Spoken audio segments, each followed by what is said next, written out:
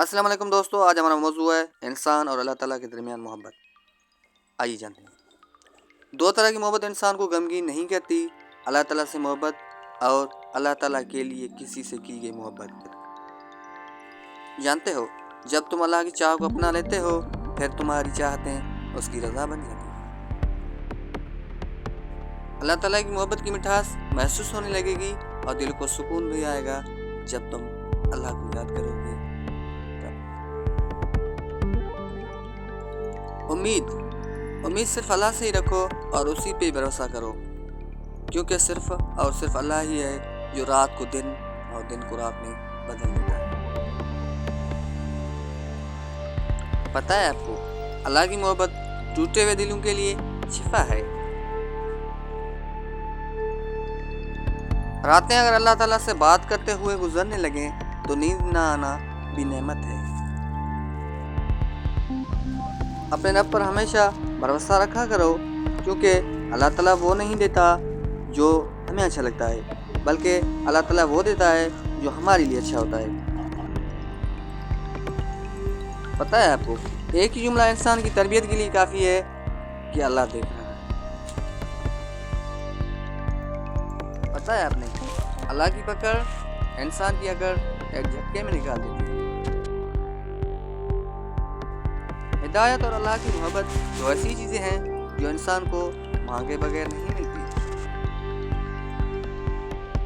اللہ جس سے چاہتا ہے گمراہ کر دیتا ہے، اور وہ اپنی طرف آنے کا راستہ اس کو دکھاتا ہے جو اس کی طرف رجوع کرتا ہے۔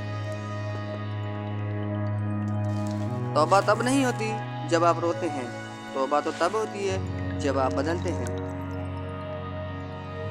جب یقین کا رشتہ اللہ تعالیٰ سے جڑ جاتا ہے تو پھر اللہ اپنے بندے کو کبھی مایوس نہیں کرتا۔ بھول جاؤ گے تم کون ہو، بس یہ یاد رکھو کہ تمہارا رب کون ہے۔ مشکل وقت میں دعا کیا کریں، کیونکہ جہاں انسان کا حوصلہ ختم ہو جاتا ہے، وہاں سے رحمت خداوندی شروع ہو جاتی ہے۔ جب یقین کی ڈور اللہ پر چھوڑ دی جاتی ہے تو یقین گہرا ہو تو ہر انشاءاللہ الحمدللہ میں ہو جاتا ہے۔ وہ رب انہی کو دیتا ہے جو اس پر یقین رکھتے ہیں۔ جہاں مایوسی ہو وہاں ہاتھ خالی ہی رہ جاتے ہیں۔ جو لوگ غصہ کو پی جاتے ہیں اور لوگوں کو معاف کر دیتے ہیں، ایسے ہی نیک لوگوں سے محبت کرتا ہے اللہ تعالیٰ۔ جب اللہ تعالیٰ کسی بندے سے محبت فرماتے ہیں تو اسے نرم مزاج بنا دیتے ہیں۔ اللہ پر پورا ایمان رکھو، جن کا ایمان مضبوط ہوتا ہے ان کے لیے معجزے ہوتے ہیں۔ یا اللہ، ان دلوں کو سکون دے جنہیں تیرے علاوہ سننے والا کوئی نہیں۔